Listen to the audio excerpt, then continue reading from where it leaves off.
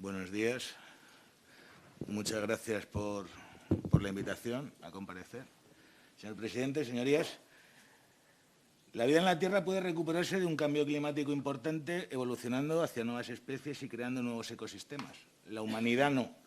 Esta afirmación con la que inicio mi intervención no son palabras mías, es un párrafo del informe del Panel Intergubernamental de Expertos sobre Cambio Climático de Naciones Unidas, el IPCC, que se conocía recientemente, ¿no? Se ha ido filtrando durante varios meses. Y quiero dedicar unos minutos de mi intervención a comentar este informe, no solo por su importancia, sino porque sinceramente creo que nos debe ayudar a contextualizar el proyecto de ley de creación de ARTE, de la Agencia Riojana de Transición Energética, ¿no? Hablar de ella directamente en abstracto me parecería un error, así que permítanme que aproveche la primera parte de la intervención en repasar algunos puntos relevantes. Luego, ya posteriormente, lo hilaré con el asunto propiamente dicho, ¿no?, de la agencia. Este documento científico de Naciones Unidas sobre riesgos asociados a la crisis climática urge una vez más a los dirigentes mundiales a que tomen medidas para frenar la subida global de las temperaturas. El texto de la publicación, que recoge el consenso científico en la materia, advierte de que el calentamiento del planeta, inducido por el ser humano, está generando riesgos inevitables para la población y el medio ambiente. Dicen los científicos que aproximadamente entre 3.300 y 3.600 millones de personas viven en contextos que son altamente vulnerables a los efectos de la crisis climática. La vulnerabilidad, sin embargo, se reparte de forma desigual y atiende a razones históricas como el colonialismo o el reparto económico desigual de la riqueza del modelo productivo actual. De este modo, el informe señala África Occidental, Central y Oriental, así como Asia Meridional, América Central, América del Sur y los pequeños estados insulares como las zonas más expuestas a la subida de 1,5 grados del termómetro global. Las sequías y la baja disponibilidad de recursos hídricos ya están poniendo en riesgo la seguridad alimentaria de estos territorios. Algunos de ellos, los ubicados en zonas costeras, se verán a medio y largo plazo azotados por la subida del nivel del mar, lo que podría desembocar en una oleada migratoria sin precedentes, ¿no?, los migrantes climáticos, como ya se les conoce. El informe no solo hace proyecciones futuras, sino que también constata las evidencias del presente. La inseguridad alimentaria aguda, la desnutrición relacionada con inundaciones y sequías han aumentado en África, América Central y del Sur en los últimos años. Además, las zonas vulnerables del planeta registran ya una mortalidad hasta 15 veces mayor por sequías y tormentas asociadas a la crisis climática que las regiones más desarrolladas, habitualmente ubicadas en el norte global. Se estima que actualmente cerca de 1.000 millones de personas habitan en zonas costeras que están en riesgo de inundación. Este número de población podría elevarse un 20% a finales del siglo si el nivel del mar aumenta tan solo 0,15 metros respecto a los niveles de 2020. Los científicos reconocen a la comunidad internacional ciertos esfuerzos en adaptar la vida a esta crisis. Al menos 170 países y miles de ciudades incluyen la adaptación en sus políticas climáticas. Sin embargo, el informe destaca de forma notable que la desigualdad sigue lastrando la lucha contra el cambio climático, puesto que la mayoría de las respuestas que se están dando son de manera fragmentada y a pequeña escala. La adaptación observada se distribuye de manera desigual entre las regiones y las brechas se deben en parte a las crecientes disparidades entre los costos estimados de la adaptación y la financiación documentada asignada a dicha adaptación. La publicación indica de forma clara que las desigualdades no solo afectan por regiones, sino por clases sociales, pues la falta de mecanismos de resiliencia para afrontar la crisis climática impacta sobre todo a los grupos de población con ingresos más bajos. Y dentro de esos colectivos vulnerables destacan las mujeres, que, como ya conocen sus señorías, por otros informes internacionales existe un elevado grado de feminización de la pobreza. Y, por consiguiente, son las mujeres uno de los colectivos más vulnerables debido a las desigualdades estructurales, las que en mayor grado sufren las consecuencias del cambio climático. Por tanto, algunas conclusiones a las que rápidamente podemos llegar leyendo este informe de Naciones Unidas es que el cambio climático tiene un origen humano, antropocéntrico, con especial influencia y aceleración por el sistema de producción y consumo actual, sistema capitalista, y que ese cambio climático tiene un sesgo de clase y de género muy acusado. Especial mención es la que hace el panel intergubernamental de expertos sobre cambio climático en su alerta por la falta de tiempo, que en sus propias palabras es una ventana que se cierra para la acción, y señala que algunos ecosistemas han alcanzado ya el límite para su posible adaptación a la crisis climática. En el momento en el que se supere el umbral del calentamiento de 1,5 grados, las posibilidades de actuar se verán cada vez más limitadas. Los expertos señalan directamente a las personas y los hogares de las zonas costeras que habitan en los pequeños estados insulares de Oceanía y las comunidades agropecuarias de América Central o África, cada vez con un menor margen de actuación para adaptar a sus economías a los riesgos de la crisis climática, las inundaciones y sequías extremas que dificultan la supervivencia física de cultivos e infraestructuras. Los flujos de financiación que se destinan a transformar las economías son insuficientes, dicen los expertos de la ONU. Si bien se registra un alza en las inversiones públicas para la resiliencia, estas no llegan al mínimo para implementar la adaptación de infraestructuras e industrias, sobre todo en los países en desarrollo, lo cual enlaza directamente con las aportaciones que los países desarrollados, principales emisores de CO2 históricos, destinan a los países del sur global para mejorar sus economías en términos climáticos. Este es un tema que durante las últimas cumbres del clima, las famosas COP, ha quedado en el tintero. La evidencia científica, en definitiva, es inequívoca, concluyente y taxativa. El cambio climático es una amenaza real y cierta para el bienestar humano y la salud del planeta. Cualquier retraso adicional en la acción global concertada perderá una ventana de actuación para asegurar un futuro habitable y seguro. Ahora bien, conviene aterrizar este asunto en el plano nacional. Dentro del mapa de las zonas más vulnerables ante la crisis climática, la cuenca del Mediterráneo es una de las zonas cero. Las sequías, la falta de agua dulce y la subida del nivel del mar se suman a un mayor aumento de las temperaturas de sus aguas, generando un impacto que golpea a esta región de forma especialmente virulenta. España es, por tanto, uno de los países occidentales más expuesto a las consecuencias del cambio climático. Hay un consenso en que la sequía será un riesgo muy relevante en el Mediterráneo. Las predicciones del IPCC apuntan a un aumento considerable en las sequías. Por cada grado que aumente la temperatura veremos reducidas las lluvias un 4%, por lo que se predicen unas reducciones de entre un 5 a un 20% en el peor escenario, según la capacidad de reducir emisiones. En esta cuenca, el uso del agua en la agricultura es un punto clave para adaptarse a esta sequía y al calentamiento global. A su vez, deberán promoverse otras formas de agricultura que sean más eficientes y mantengan mejor la humedad del suelo, como es la agricultura regenerativa, que mantiene un suelo más fértil y rico en materia orgánica. No entraré en el ámbito de la agricultura porque no es la comisión competente, pero sí creo que era necesario hacer alguna alusión a los impactos que tendrá sobre la misma en el cambio climático.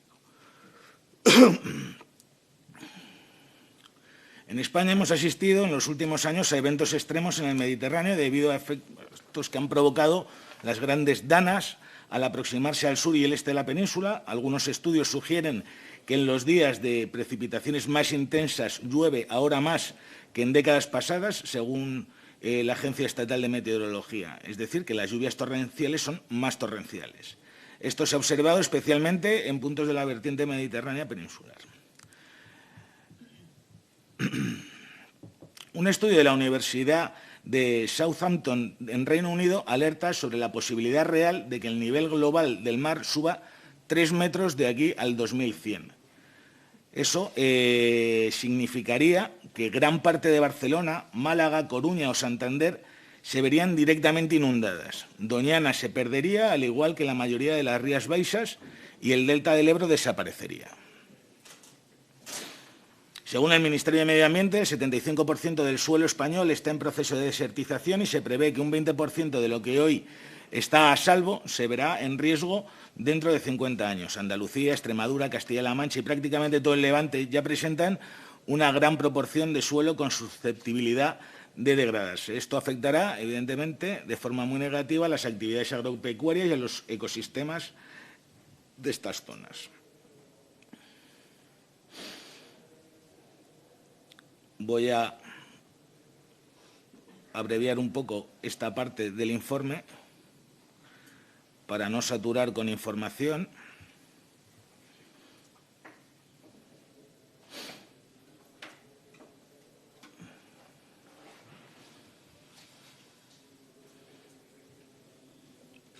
porque francamente creo que me había extendido demasiado en esta primera parte, ¿no?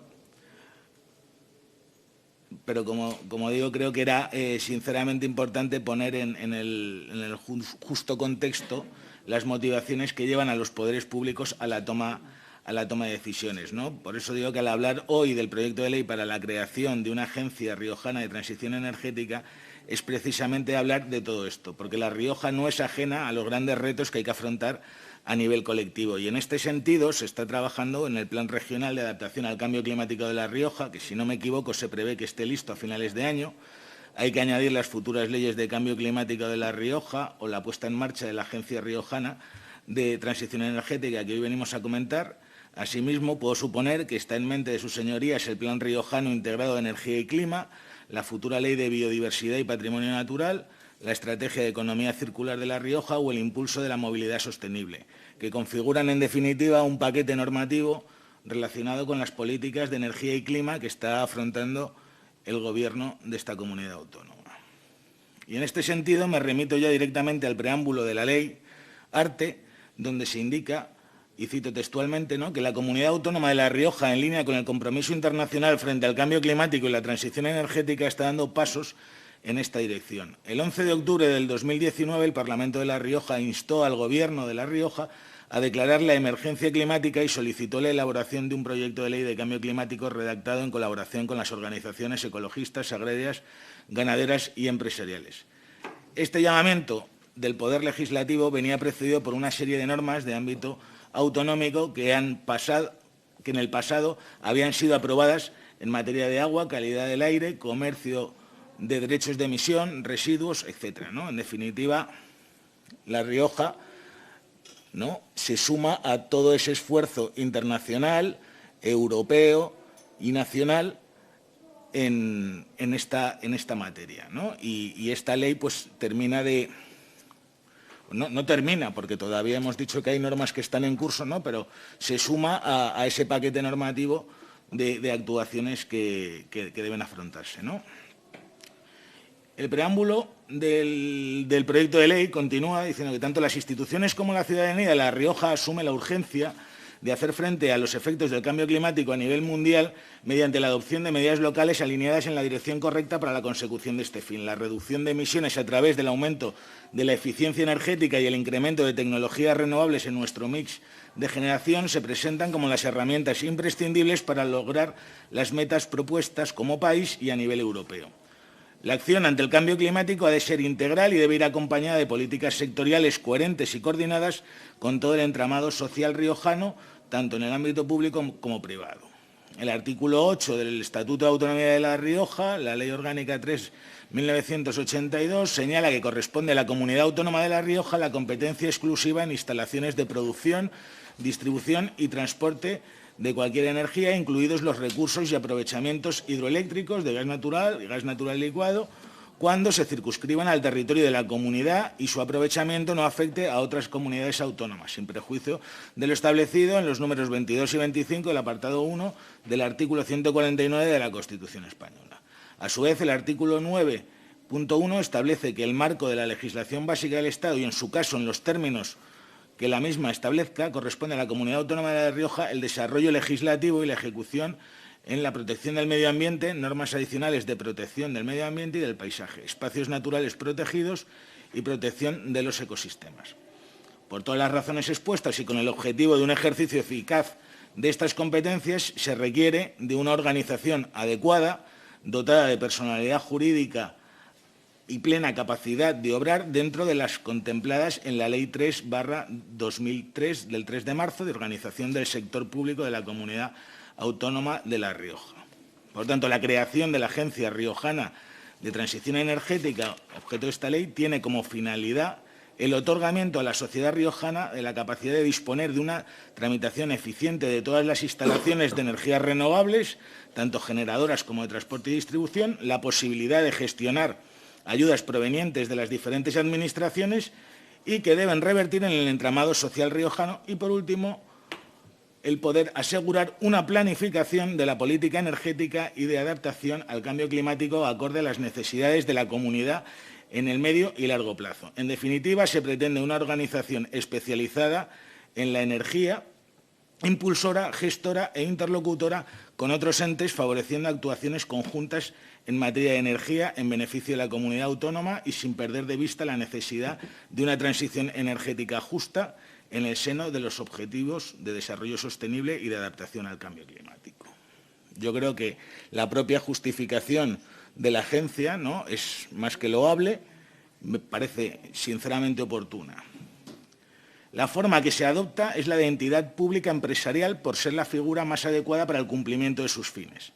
Esta figura, que permite disponer tanto de funcionarios de la Comunidad Autónoma de La Rioja como de personal laboral, permite una mayor flexibilidad de actuación ante el traspaso de la gestión de ayudas de los ministerios, la convocatoria de proyectos europeos y la planificación a medio y largo plazo de la política energética de La Rioja. Asimismo, permite a otros organismos de la comunidad ser beneficiarios de aquellas ayudas y subvenciones que tuviese como organismo sustantivo la agencia. En síntesis, lo que se indica es que se persigue contar con una organización adecuada, dotada de personalidad jurídica y plena capacidad de obrar, con el fin de otorgar a la sociedad riojana la capacidad de disponer de una tramitación eficiente de todas las instalaciones de energías renovables que están generando bastante contestación social en los últimos tiempos. Hace falta que haya una cierta racionalidad y la agencia debe contribuir en esa labor. La posibilidad de gestionar las ayudas provenientes de diferentes administraciones y de los fondos europeos. No debe ser únicamente una oficina de gestión de proyectos, o sea, de fondos europeos, ya que los fondos europeos, al fin y al cabo, tienen una fecha de inicio y una fecha de fin, y por lo tanto, si se convierte en una ventanilla única de proyectos, pues se estará perdiendo la potencialidad que tiene o que debe tener esta agencia. Y, sobre todo, una cuestión importante sería la planificación de política energética y de adaptación al cambio climático acorde a las necesidades de la comunidad autónoma. Creo sinceramente que, además de todo, el contexto mundial que supone el Acuerdo de París y, en el ámbito europeo, el Pacto Verde Europeo, el paquete Fit for 55 en España, con la Ley de Cambio Climático, el Plan Nacional Integrado de Energía y Clima, la creación de la agencia representa una oportunidad y un reto. Dependerá, evidentemente, cómo quede configurada finalmente, tras todo el proceso parlamentario de enmiendas y aportaciones de los distintos grupos políticos, de los objetivos claros que se fije, del alcance nítido de su cometido y de su capacidad de planificar política energética y la gestión que se realice. Creo, sinceramente, que otro modelo energético ha demostrado ser necesario, y ese modelo debe ser socialmente justo, ambientalmente sostenible y territorialmente equilibrado. Como digo, la agencia no debe ser solo una oficina para gestionar fondos europeos, aunque también los gestione. Eso sería convertirlo, como digo, en una ventanilla única que quizás sea muy útil para canalizar los recursos, pero que tendría un escaso recorrido, ¿no? Y, como se suele decir habitualmente, pues para ese camino no hacen falta alforjas, ¿no? Creo también que la guerra de Ucrania nos está enseñando, en términos de política energética, la necesidad de un cambio, de una transición rápida de energía, de transición energética, ¿no?, pero sin dogmatismos ideológicos. ¿Con esto qué quiero decir? Que si afirmamos que los hidrocarburos son contaminantes y nocivos para el planeta, no parece que tenga un sentido práctico ni subvencionarlos por un lado, ni solicitar bajadas de impuestos a los mismos. Si creemos que la dependencia del gas contamina el modelo de asignación de precios del mercado mayorista de electricidad, no nos hagamos trampas al solitario sustituyendo la dependencia europea del gas ruso por el GNL americano, que además tiene una huella climática sustancialmente más nociva, en tanto que su propia extracción se realiza a través del fracking y tiene un transporte marítimo en buques metaneros que también tienen un impacto en el medio ambiente. Si el gas no es bueno, avancemos en abandonar nuestra dependencia del mismo, pero no lo hagamos simplemente con un cambio de proveedor. Y si el gas perturba los precios de la electricidad, actuemos sobre ese mercado, aprovechando la ventana de oportunidad que se nos está presentando y que la propia Comisión Europea reconoce. Y del mismo modo, si hablamos de la necesidad de avanzar en energías renovables para reducir el hueco térmico del gas en el mix de generación, hagámoslo, pero no a cualquier precio. Cambiemos el modelo, pero de una forma ordenada y planificada. Zonifiquemos el territorio y determinemos en qué espacios no debemos llevar a cabo determinadas instalaciones, porque por muy renovables que estas instalaciones sean, no dejan de ser instalaciones industriales, centrales de generación eléctrica, con sus correspondientes impactos en el territorio, en el medio ambiente, en su biodiversidad y en las poblaciones en las que se desarrollan. Las renovables son un medio para descarbonizar el mix de generación, no un fin en sí mismo. Desde luego, en función del prisma con el que se aborde el desarrollo de las energías renovables, podremos ir hacia un modelo sostenible de pequeñas instalaciones de generación distribuida, próximas a las zonas de consumo, fomentar las comunidades energéticas, el autoconsumo tanto individual como colectivo, etc.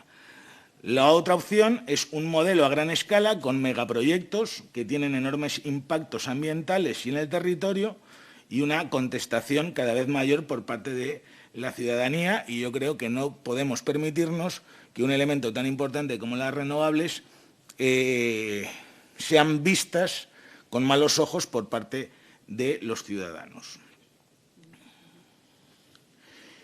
Y ya finalmente termino con una última reflexión que quería hacer, y es sobre la decisión de que esta nueva agencia tenga como objeto sustituir la Dirección General de Transición Energética, ¿no? Porque entiendo que va a ser absorbida, ¿no? Creo que efectivamente es una decisión acertada para no duplicar funciones y sirve además para optimizar recursos y garantizar una mayor actividad que de otro modo pues, podría provocar ineficacias y duplicidades.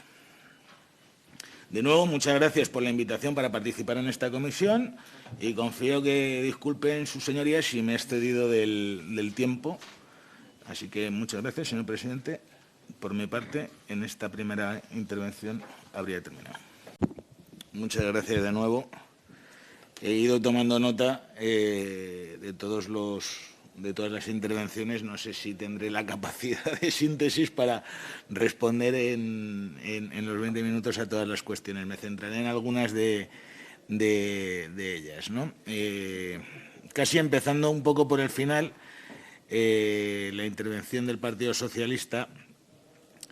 No he querido entrar en la primera intervención en la cuestión de si era necesario primero la ley y luego el instrumento, porque creo que La Rioja, por desgracia, y entiéndase en el buen sentido, llegaba tarde con la necesidad de tener una agencia, ¿no? Precisamente allí donde vivo, bueno, yo soy madrileño, evidentemente mi acento me delata, aunque llevo ya viviendo muchos años en Andalucía, no consigo que se me pegue el acento, pero llevo viviendo ya un montón de años en Andalucía. Efectivamente hay una cultura de las agencias de energía, tanto a nivel autonómico como en muchos municipios, ¿no? Y quizá llamaba la atención que hubiera todavía comunidades autónomas que no lo tuvieran, y yo creo que, bueno, que en el marco teórico sería efectivamente adecuado, ¿no? Y ahí respondo al señor Cuevas, que efectivamente hubiera ido primero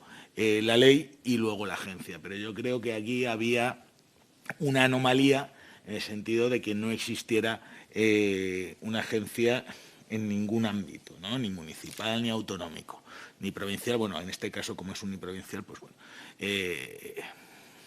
Efectivamente, o sea, entiendo la visión de primero la ley y luego el instrumento, y en teoría podría estar de acuerdo con ese planteamiento porque en buena lógica es lo que tiene sentido, pero yo creo que la particularidad que vive La Rioja de llegar tarde hace que este proyecto de ley sea necesario, ¿no? Y en cualquier caso yo creo que en cualquier motivo, si se hace con la suficiente flexibilidad, pues esa agencia se podrá adaptar a lo que finalmente la ley de cambio climático pueda establecer. Ahora bien, también comparto con el señor Cuevas la necesidad, ¿no?, o la conveniencia de que pudiera haber un cierto consenso, ¿no?, al que ha aludido en varias ocasiones durante su intervención. Pero bueno, eso ya es una cuestión política en la que entenderá que yo no me puedo manifestar. He tenido la sensación que el señor Cuevas más que interpelarme a mí, estaba interpelando al Grupo Socialista, ¿no?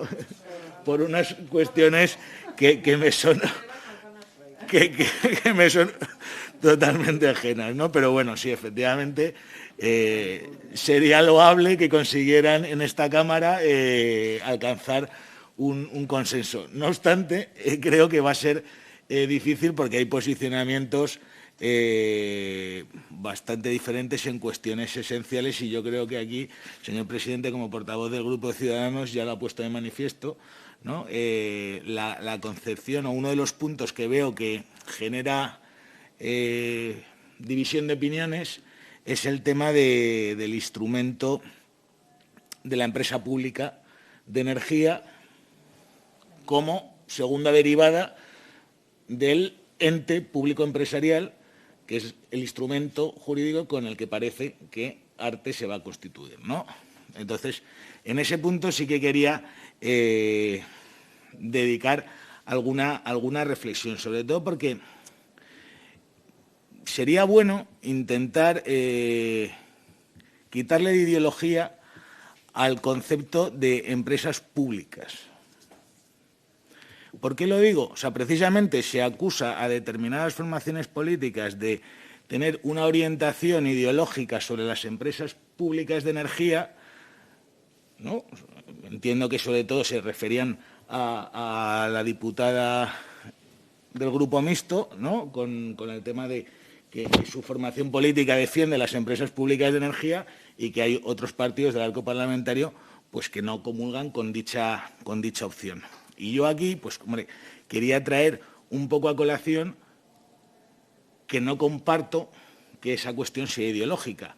¿Por qué lo digo? Porque en términos de vecindad, en la Unión Europea o incluso en países occidentales encontramos un montón de empresas públicas, ¿no?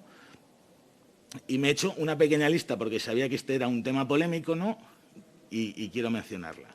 Tenemos el caso de EDF en Francia o de Engie, Enel en el caso de Italia. Yo creo que ninguno de esos dos países con presidentes como el señor Macron o el señor Draghi, no creo yo que la señora Enar comulgue especialmente con sus posicionamientos ideológicos, pero también encontramos casos como el de Suiza, ¿no?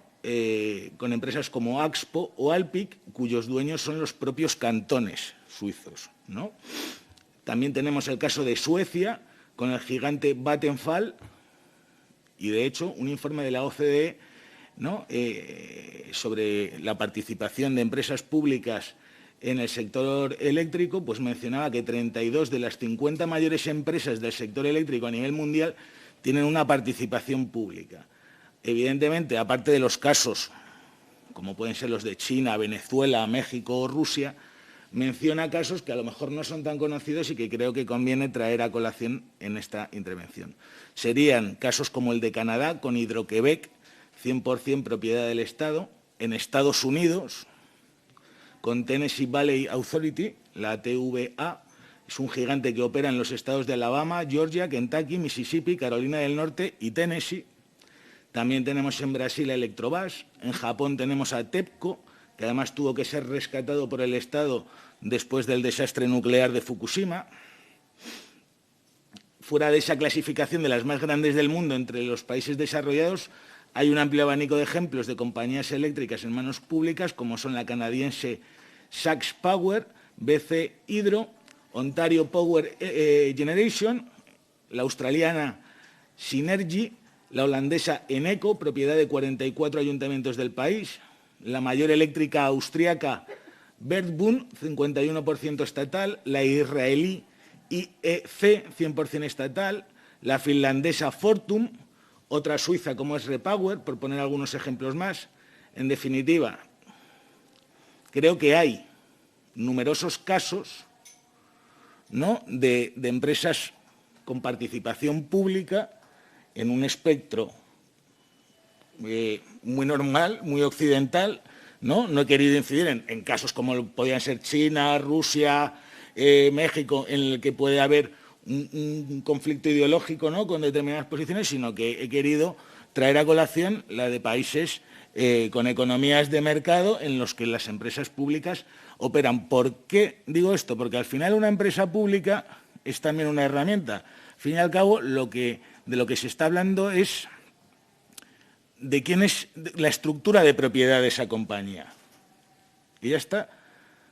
Luego, esa gestión, cómo se realice, dependerá del Consejo de Administración y del equipo directivo. Aquí en España tenemos el caso de Endesa, cuyo principal accionista es Enel, que es una empresa pública italiana. O sea, es decir, de forma indirecta ya tenemos una empresa pública en España. ¿Eso significa que los precios sean más bajos?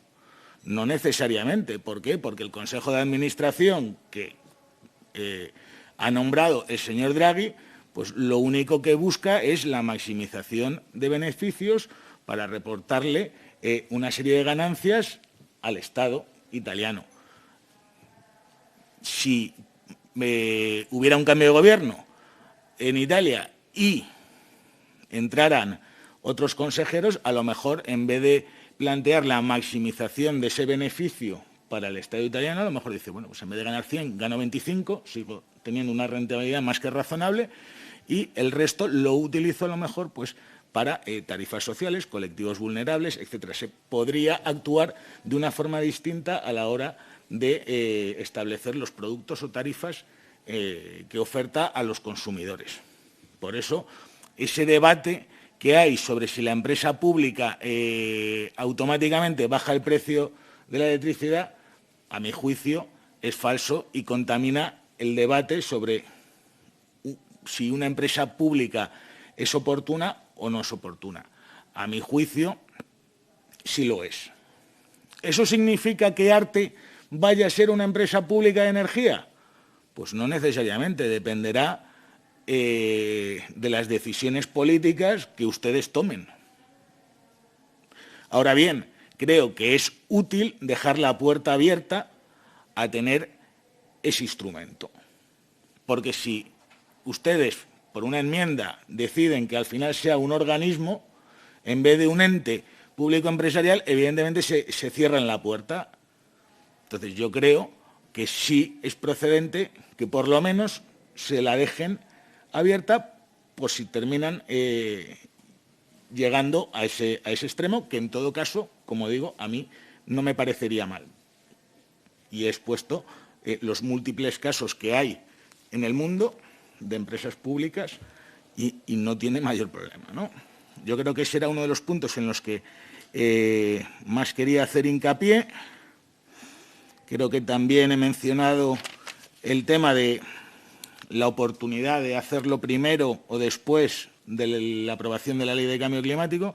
Quizá el otro punto en el que habría que hacer alguna alusión es el tema del control parlamentario, que han hecho alusión algunos de los portavoces, y efectivamente, pues creo que ahí sí hay una tarea que tienen pendiente a la hora de presentar enmiendas.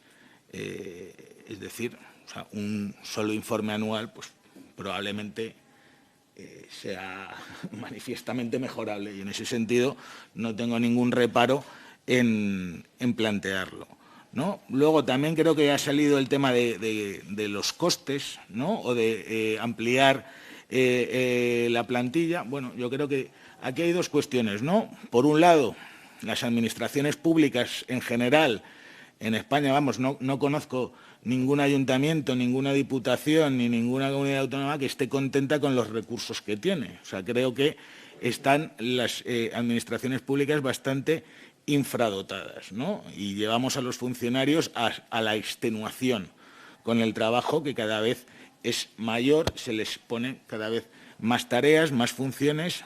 Todo el tema de los fondos europeos, evidentemente, supone un nuevo desempeño y creo que lo que no se puede permitir ninguna administración pública es perder esos recursos, no aprovecharlos de forma eficiente, sobre todo porque va a ir en perjuicio de la propia ciudadanía, que va a ver como ineficaz, o sea, que se habla de fondos europeos que al final no le llegan a nadie y eso no debe ser porque haya un atasco en las administraciones. Entonces, me parece más que oportuno que se dote del personal necesario a estas estructuras o herramientas para un mejor desempeño de sus tareas.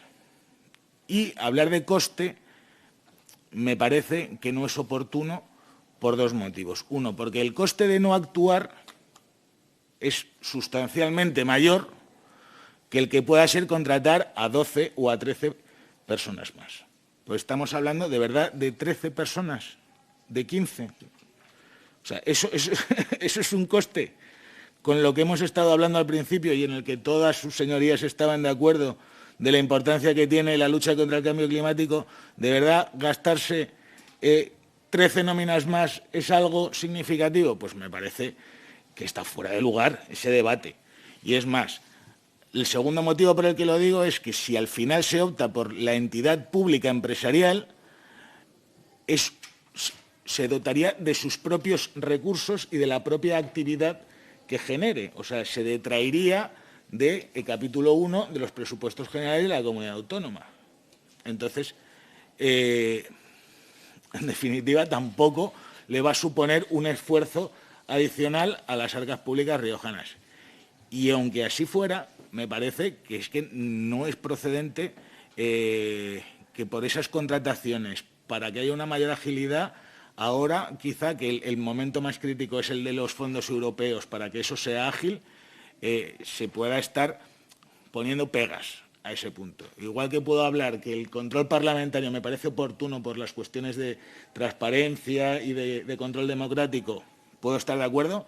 Que me hablen de costes, sinceramente yo no voy a entrar en eso porque sinceramente no lo entiendo, ¿no? Con la que tenemos encima estar discutiendo en ese punto. Y luego ya por terminar, no sé si voy bien de tiempo o no, pero quiero hacer una alusión a la portavoz del Grupo Mixto, ¿no?, sobre la necesidad de reducir gastos de transporte y distribución. Un poco también quería mencionar el tema de las renovables, que he hecho alguna alusión, alguna pincelada en la primera intervención. Lo que decía, me preocupa especialmente que una herramienta, que también las energías renovables son una herramienta, son un medio, no son un fin en sí mismo, son una herramienta, estén generando rechazo social en esta comunidad autónoma, pero en todas. En Andalucía existen infinitas plataformas protestando por el despliegue desordenado que se está produciendo de grandes proyectos de energía renovable, además en determinadas zonas protegidas por directivas europeas, la Directiva de Hábitat, la Directiva de Aves, zonas Red Natura, zonas CEPA, etcétera, etcétera. Creo que eso hay que racionalizarlo, hay que hacerlo con un poco de sentido. Creo que esta agencia tiene una oportunidad de intervenir en estas cuestiones y, además, como también decía en mi intervención inicial, al final estamos hablando de dos tipos de modelo. O hay un modelo masificado de megainstalaciones que además requieren, como dice la portavoz del Grupo Mixto, de unas redes de transporte y distribución que a su vez tienen sus propios impactos, pero que a su vez también tienen un coste que recae en la factura de todos los consumidores en la parte de los peajes. Como saben ustedes, la factura eléctrica que pagamos todos los consumidores tiene una partida de peajes en el que se financian las redes de transporte y distribución. Si, fruto de ese proceso desordenado y masificado de energías renovables, nos dedicamos a tener que tirar nuevas líneas de alta y media tensión para absorber esa energía renovable que se va a inyectar a la red, vamos a aumentar la partida de gastos de transporte y distribución, por no hablar de las pérdidas de red que se producen de tener que llevar energía de un lado a otro. Creo que tiene mucho más sentido ir hacia un modelo más sostenible de generación distribuida, acercar lo máximo posible a los puntos de consumo la generación, léase los tejados, aprovechar las cubiertas, intentar que el autoconsumo, en el que el Gobierno de España ha lanzado una hoja de ruta para conseguir unos objetivos muy ambiciosos, efectivamente se despliegue esa hoja de ruta del autoconsumo, y el tema de las comunidades energéticas locales, que además implican una participación ciudadana y de entes municipales, pues que sea un modelo que realmente se impulse con valentía. Y yo creo que la llegada de fondos europeos y la propia agencia pueden tener un papel muy importante en ese sentido y deberían aprovecharlo. Lo digo, eso no significa que se dejen de construir grandes instalaciones fotovoltaicas o grandes parques eólicos, porque algunos de ellos efectivamente serán necesarios por cuestiones técnicas, pero que ese modelo no sea el imperante, sino que haya una planificación y que no sea que cualquier empresa ponga su instalación donde le dé la gana, sin criterios técnicos u objetivos, simplemente consiguiendo un punto de acceso y conexión a la red y comprando o alquilando a 30 años unos terrenos que pueda construir 200 megavatios en cualquier lado. Entonces, creo que debe haber un proceso de planificación y de ordenación y, en ese sentido, pues tanto el propio Ejecutivo como la agencia creo que tienen que desarrollar un papel importante. Y yo creo que con estas cuestiones respondo, por lo menos, a los puntos principales de las preguntas que me han realizado sus señorías.